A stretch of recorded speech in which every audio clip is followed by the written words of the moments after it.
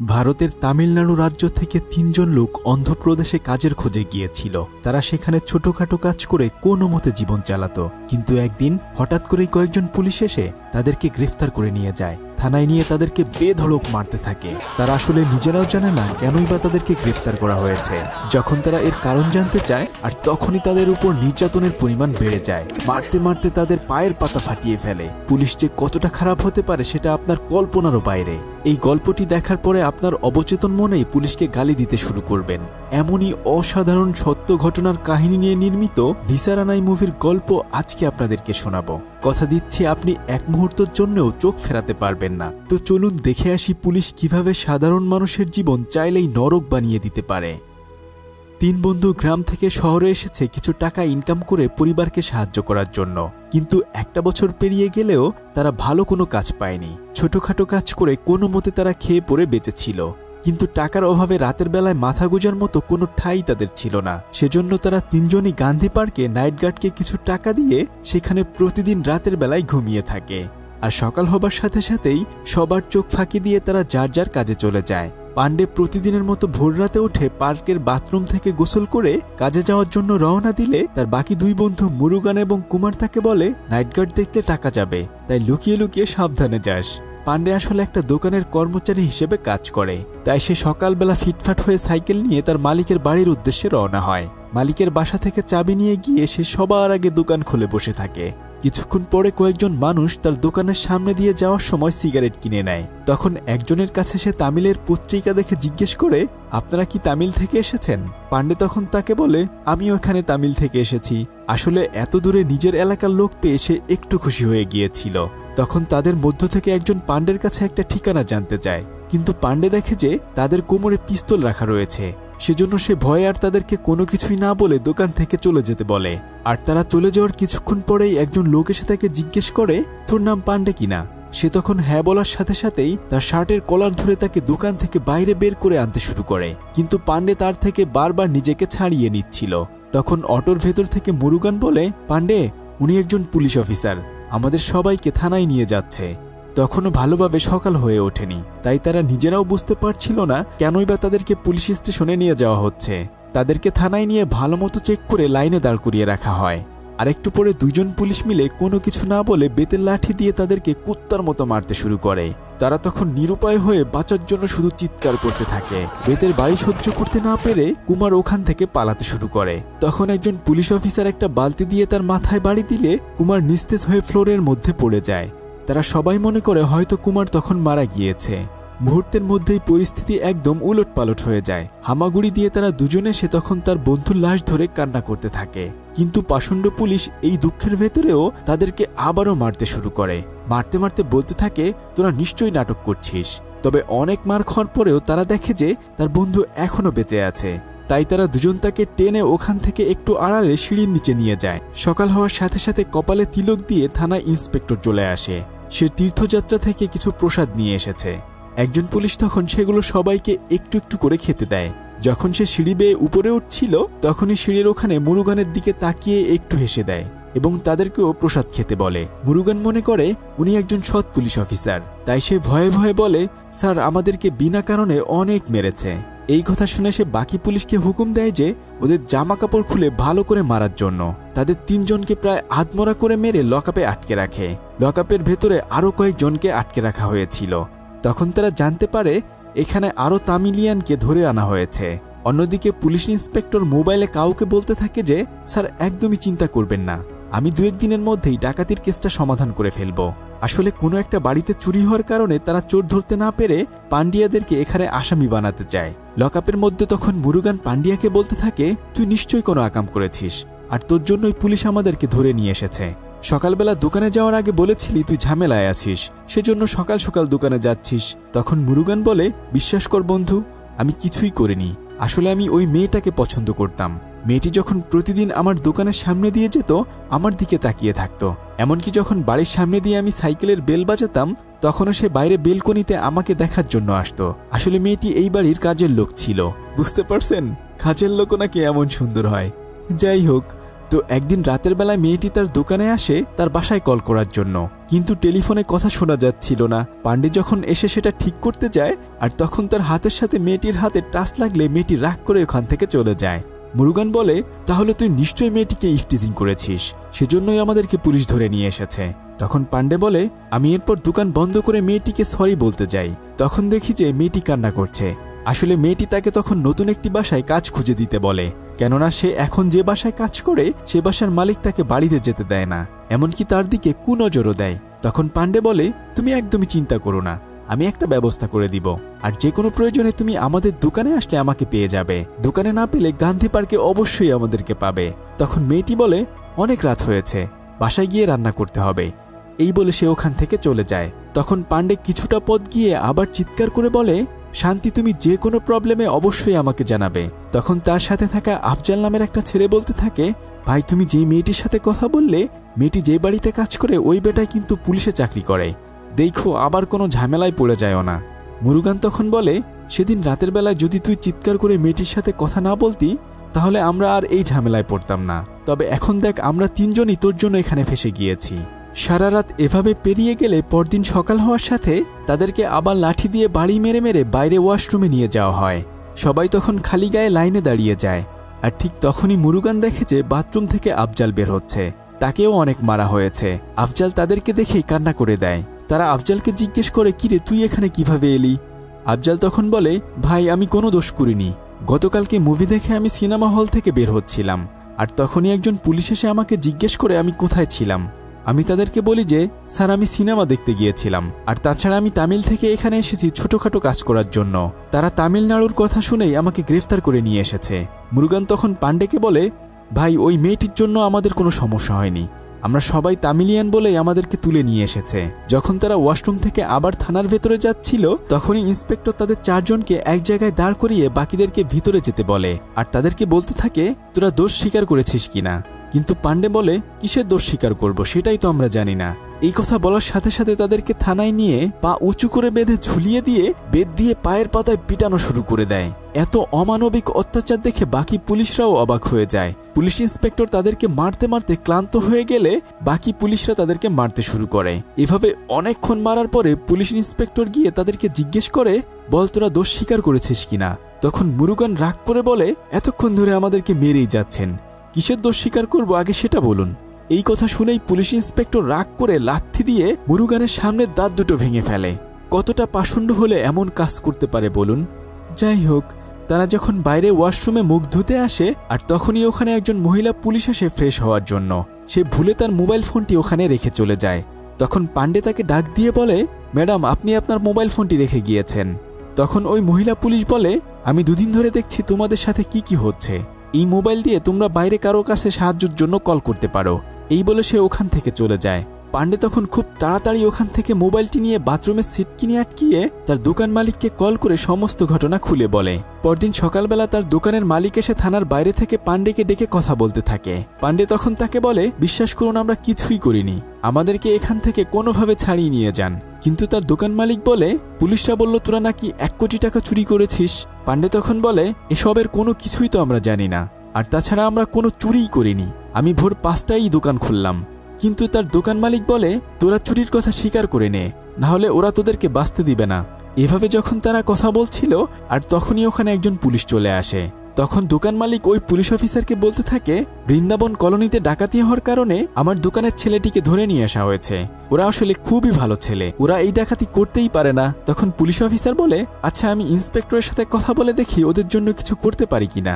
এরপর সে তাদেরকে থানার ভেতরে এনে খাবার খেতে দেয়, আর তখন বলতে থাকে, তোদেরকে অনেক মেরেছে, তবে যদি তোরা দোষ স্বীকার করে নিতি তাহলে তো এতটা মার খেতে হতো না, আর তাছাড়া এটা ছোটখাটো একটা ডাকাতির কেস, যদি তোরা স্বীকার করে নিস তাহলেই তোদেরকে আর মারবে না। তখন পান্ডে বলে, স্যার আমরা কোনো ধরনের অপরাধ করিনি, যদি আমরা এই অপরাধ স্বীকার করে নেই তাহলে জেল থেকে বেরোলে আর আমরা বাড়িতে গিয়ে মুখ দেখাতে পারবো না। এই কথা বলার সাথে সাথেই পুলিশ অফিসার তাদেরকে মারতে শুরু করে। তখন পান্ডে বলে, দেখ পুলিশরা আমাদেরকে বিনা কারণে এখানে আটকে রেখেছে, আর সেই সাথে ডাকাতি স্বীকার করতে বলছে, আবার আমাদেরকে খাবারও খেতে দিচ্ছে, তার মানে ওরা আমাদেরকে একদমই মেরে ফেলবে না, ওদের হাতে মার খাওয়ার চেয়ে বরং আমরা না খেয়েই মরে যাব। তাই তারা চালাকি করে খাওয়া দাওয়া একদমই বন্ধ করে দেয়। এভাবে কয়েকটা দিন পেরিয়ে যায়। পুলিশের এএসপি ইন্সপেক্টরকে তার অফিসে নিয়ে বলতে থাকে, তোমাকে মিয়া বললাম 2-1 দিনের মধ্যেই ডাকাতির কেসটা সমাধান করার জন্য। উপর থেকে আমার উপর বারবার প্রেশার আসতেছে। তুমি যেভাবেই পারো যাকে পারো আসামি বানিয়ে কেসটা সমাধান করে দাও। ইন্সপেক্টর তখন তার স্যারকে বলতে থাকে, আমাকে মাত্র 1-2 দিনের সময় দিন, আমি কাজটা সমাধান করে দেব। সেদিন রাতের বেলা দেখা যায় পুলিশ একটা গাড়ি দাঁড় করিয়ে চেক করছিল। গাড়িতে থাকা লোকটি বলে, আমার নাম কবির, আমি বৃন্দাবন কলোনিতে থাকি। তবে ওখানে পান্ডের দোকানে সেদিনের সকালবেলা যে লোকটি এসেছিল সেও কবিরকে ফলো করতে করতে এখানে এসেছে।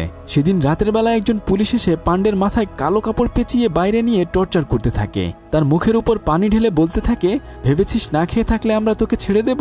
যতক্ষণ না তুই তোর দোষ স্বীকার করে নিবি তোকে আমরা কখনোই ছাড়ব না।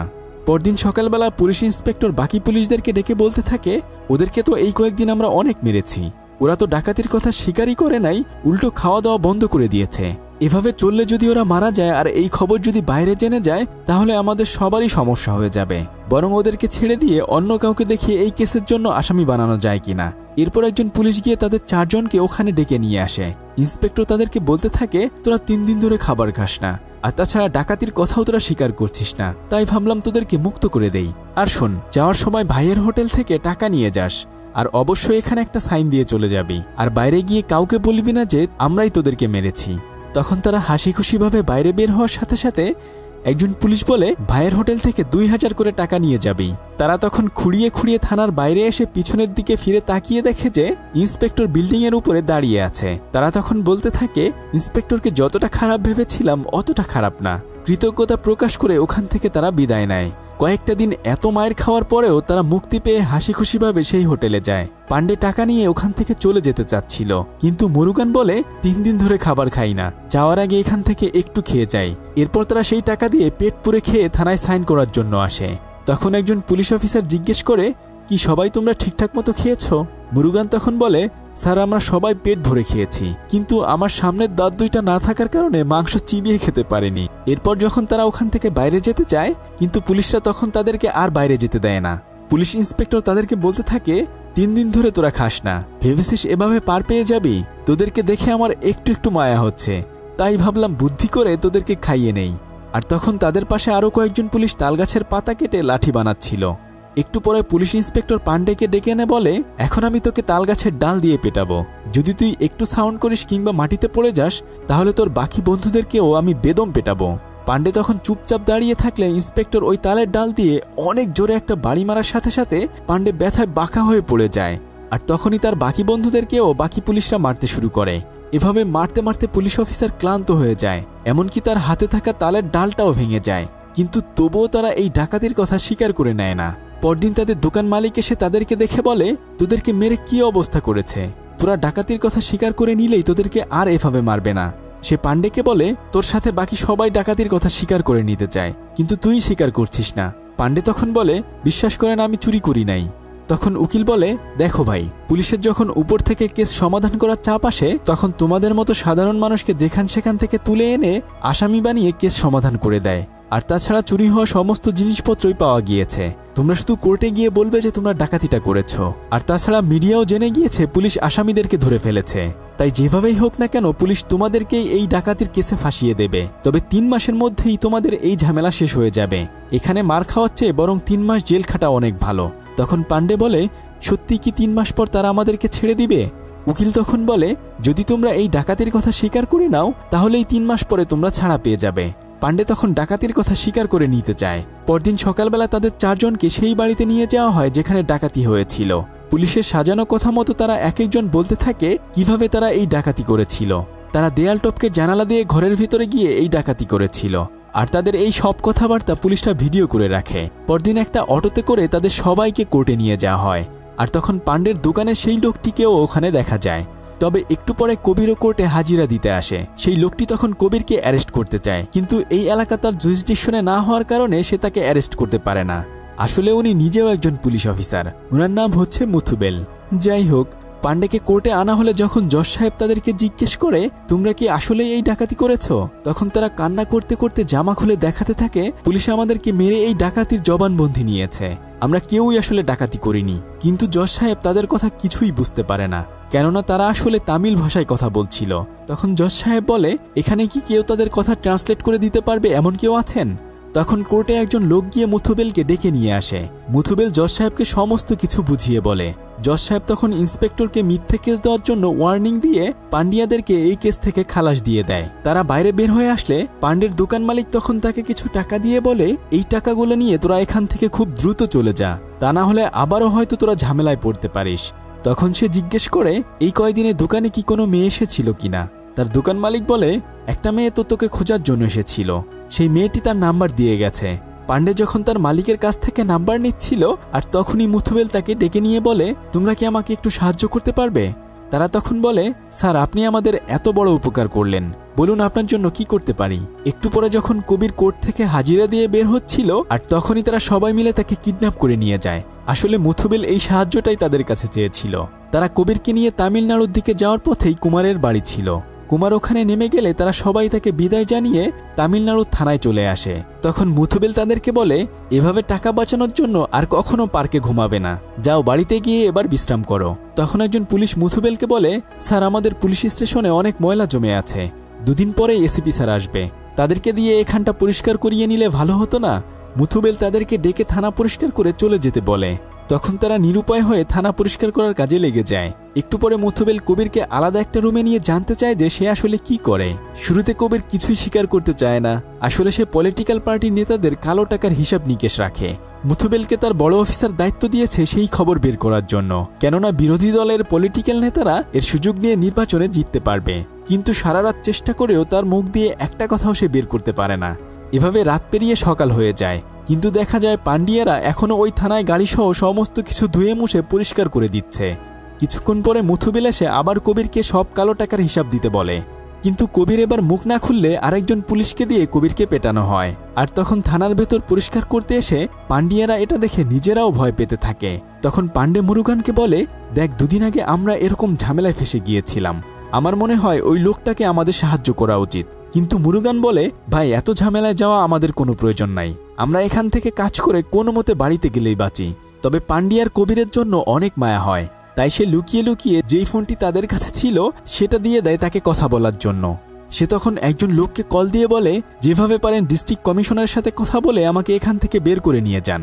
কিন্তু সেই লোকটি কবিরকে বলে, এখানে খুব ঝামেলা হয়ে গিয়েছে, আমাদের পলিটিক্যাল লিডার তোমাকে মারার জন্য উল্টো ডিস্ট্রিক্ট কমিশনারকে 30 লাখ টাকা দিয়েছে।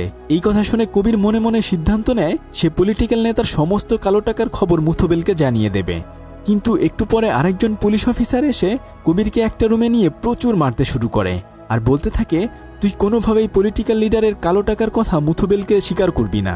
বেচারা এখানে একদমই ফেসে যায়। যখন তাকে উপরে প্রচুর মারছিল আর ঠিক তখনই তার চিৎকার শুনে পান্ডিয়ারাও ভয়ে ওখান থেকে তাড়াতাড়ি চলে যেতে চায়। কিন্তু আরেকজন পুলিশ এসে বলে, তোমরা এখনো সবকিছু ভালো করে পরিষ্কার করনি, সবকিছু ঠিকঠাক মতো পরিষ্কার করে তবে এখান থেকে চলে যেও। তখন তারাও ওই জায়গায় আবার ফেসে যায়। রাতের বেলা মুথুবেল থানায় এসে দেখে যে কবিরকে আহত করে ঝুলিয়ে রাখা হয়েছে। তখন সে তাড়াতাড়ি তাকে নামিয়ে বলতে থাকে, কবিরকে আমি অ্যারেস্ট করে এনেছি, ও সমস্ত দায়ভার আমার কাছে, তাই আমার অনুমতি ছাড়া ওকে কে এভাবে মেরেছে। সে তাড়াতাড়ি কবিরকে নিয়ে হসপিটালে যেতে চায় আর তখনই ডিস্ট্রিক্ট কমিশনার কল করে কবিরকে হাসপাতালে না নিতে বলে। কিন্তু মুথুবেল বলে, আমার চাকরি গেলে যাক, তবুও তাকে আমি হসপিটালে নিয়ে যাব। তখন আরেকজন পুলিশ তাকে বলে, স্যার কবির মারা গিয়েছে। এখন তো মুথুবেল একদমই ফেসে যায়, কেননা কবিরকে সে নিজেই গ্রেপ্তার করে এনেছিল। তখন ডিস্ট্রিক্ট কমিশনার বলে, এই খবর যদি বাইরে বের হয়ে যায় তাহলে আমরা সবাই অনেক বেশি বিপদে পড়ে যাব, তাই বরং এটা একটা সুইসাইড কেস সাজিয়ে দিলে আমরা কেউ আর ঝামেলায় পড়ব না। এরপর কবিরের লাশ তারা বাসায় নিয়ে রশি দিয়ে ফ্যানের সাথে ঝুলিয়ে আত্মহত্যা বলে চালিয়ে দেয়। থানায় এসে এরপর তারা সবাই বুদ্ধি করতে থাকে কিভাবে তারা কবিরের আত্মহত্যার কথা সাজাবে। আর এর কিছুক্ষণ পরে ডিস্ট্রিক্ট কমিশনার ওয়াশরুমে ফ্রেশ হতে গেলে পান্ডিয়াদেরকে দেখতে পায়। আসলে তারা ওই ওয়াশরুম পরিষ্কার করার জন্য ওখানে এসেছিল। তখন ওই পুলিশ অফিসার এসে সবাইকে বলতে থাকে, আমাদের সমস্ত কথা ওরা শুনে ফেলেছে, আর ওরা যদি বাইরে গিয়ে সব কিছু সবাইকে বলে দেয় তাহলে আমরা সবাই ফেসে যাব। তাই বরং এটিএম চুরির মামলায় ওদেরকে ফাঁসিয়ে জেলে দিয়ে কয়েকদিন পরে ইনকাউন্টার করে দিলে এই খবর আর কেউ কখনো জানতে পারবে না। কিন্তু মুথুবেল তার এই কথায় রাজি হয় না।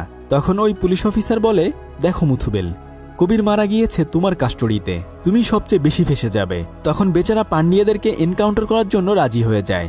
পান্ডিয়ারা নিচে এসে তখনই থানা থেকে বের হতে গেলে একজন পুলিশ এসে থানার গেট আটকে দিয়ে বলে, একটু পরে আমাদের বড় সাহেবের বাসা পরিষ্কার করে তারপর তোমরা চলে যেও। তখন তারা বুঝতে পারে আসলে তারা ফেসে গিয়েছে। এক জায়গা থেকে বেঁচে ফিরে আসলেও কপাল তাদেরকে আবারও ফাঁসিয়ে দিয়েছে। এরপর তাদের 3 জনকে নিয়ে গাড়িতে করে সেই বাসার উদ্দেশ্যে রওনা হয়। তখন তারা পুলিশের কথাবার্তা শুনে বুঝে ফেলে তাদেরকে আসলে ইনকাউন্টার করা হবে। আফজাল তখন মুথুবেলকে জিজ্ঞেস করে, স্যার সবাই বলাবলি করছে আমাদেরকে নাকি মেরে ফেলা হবে, তবে আমাদের আপনার প্রতি বিশ্বাস আছে যে আপনি আমাদের কোনো কিছুই হতে দিবেন না। মুথুবেল তখন তাদেরকে কোনো কিছু না বলতে পেরে চুপচাপ বসে থাকে। কিছুক্ষণ পরে একটা বাড়িতে এসে রুমের ভেতর ঢুকেই দেখে যে তাদের ব্যবহারের জিনিসপত্র এখানে একটা রুমের মধ্যে এমনভাবে রাখা হয়েছে যেন তারা এখানে আগে থেকেই থাকতো। আফজাল তখন বলে, আমি বাইরে গিয়ে স্যারকে জিজ্ঞেস করে আসি আমাদের কাপড় চোপড় এখানে কেন আনা হয়েছে। এই বলে সে বাইরে বের হওয়ার সাথে সাথে একজন পুলিশ তাকে গুলি করে দেয়। গুলির শব্দ শুনে মুরুগান আর পান্ডে বাইরে এসে দেখে তারা আফজালকে মেরে ফেলেছে। তখন বাকিদেরকে গুলি করতে গেলে পুলিশের পিস্তল জ্যাম হয়ে যায়। মুথুবেল এসে পুলিশকে ধমক দিয়ে বলে, কে তোমাকে গুলি করতে বলেছে? পুলিশ তখন বলে, স্যার ও পালিয়ে যেতে চাচ্ছিল। পান্ডে এবং মুরুগান তখন আফজালকে ধরে বলতে থাকে, স্যার ও এখনও বেঁচে আছে, প্লিজ ওকে হসপিটালে নেয়ার ব্যবস্থা করেন। কিন্তু মুথুবেল তখন চুপচাপ করে দাঁড়িয়ে থাকে। আসলে সে নিজেও ফেঁসে গিয়েছে।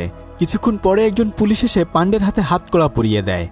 আফজাল তখন বলে, ভাইয়া তোমরা এখান থেকে পালিয়ে যাও, না হলে ওরা তোমাদেরকেও মেরে ফেলবে। তখন পান্ডে এবং মুরুগান ওই বাড়ি থেকে বের হয়ে পাশের জমিতে ঘাসের ভেতর লুকিয়ে পড়ে। বাকি পুলিশরা তখন তাদেরকে হন্যে হয়ে খুঁজতে শুরু করে। একজন পুলিশ বিল্ডিংয়ের ছাদের উপর গিয়ে টর্চ লাইট মেরে তাদেরকে খুঁজতে থাকে। পান্ডে এবং মুরুগান অনেক দূরে ঘাসের ভিতর গিয়ে একে অপরকে বলতে থাকে, দেখ ভাই, আমরা দুইজন দুই দিকে দৌড় দিব, তাহলে হয়তো যে কোনো একজন মারা পড়ব। আর আমাদের সাথে এত এত খারাপ কিছু পুলিশ করেছে সেই কথা অবশ্যই দেশের মানুষকে জানাতে হবে। কিন্তু মুরুগান বলে, বেঁচে থাকলে আমরা দুজনেই বেঁচে থাকব, আর না হলে দুজনেই মারা যাব। কিন্তু পান্ডে তাকে অনেক বুঝিয়ে কোনো মতে রাজি করিয়ে নেয়। এরপর সে সবার চোখ ফাঁকি দিয়ে দৌড়ে এসে পাশের জমির আরেকটা ঘাসের ভেতর লুকিয়ে পড়ে। তখন তার পেছনে পেছনে আরও একজন পুলিশ তাকে খোঁজার জন্য যায়। পুলিশ পান্ডেকে খুঁজে পেলে পান্ডে এবং পুলিশের মাঝে ধস্তাধস্তি শুরু হয়ে যায়। পান্ডে অনেক কষ্টে পুলিশের কাছ থেকে পিস্তলটি নিয়ে আবার ঘাসের ভেতর লুকিয়ে পড়ে। হয়তো রাস্তা ফাঁকা রয়েছে, তাই সে ঘাস থেকে বের হয়ে রাস্তা দিয়ে দৌড়াতে গেলেই একজন পুলিশ এসে তাকে গুলি করে মেরে ফেলে। আর তখনই ডিস্ট্রিক্ট কমিশনার একজন পুলিশকে কল করে জানতে চায় সবাইকে মারা হয়েছে কিনা। তখন ওই পুলিশ বলে, স্যার দুইজনকে এনকাউন্টার করা হয়েছে। অন্যদিকে মুথুবেল পান্ডেকে বলতে থাকে, তুই বের হয়ে আয়, আমাদের কাছে সারেন্ডার করে পিস্তলটা দিয়ে দে, আমরা তোর কোনো কিছুই করব না। তখন পান্ডে বলে, স্যার আপনি আমাদেরকে ওখান থেকে বাঁচিয়ে এনেছিলেন, কিন্তু এখানে এনে আপনি আমাদেরকে মেরে ফেলতে চাচ্ছেন।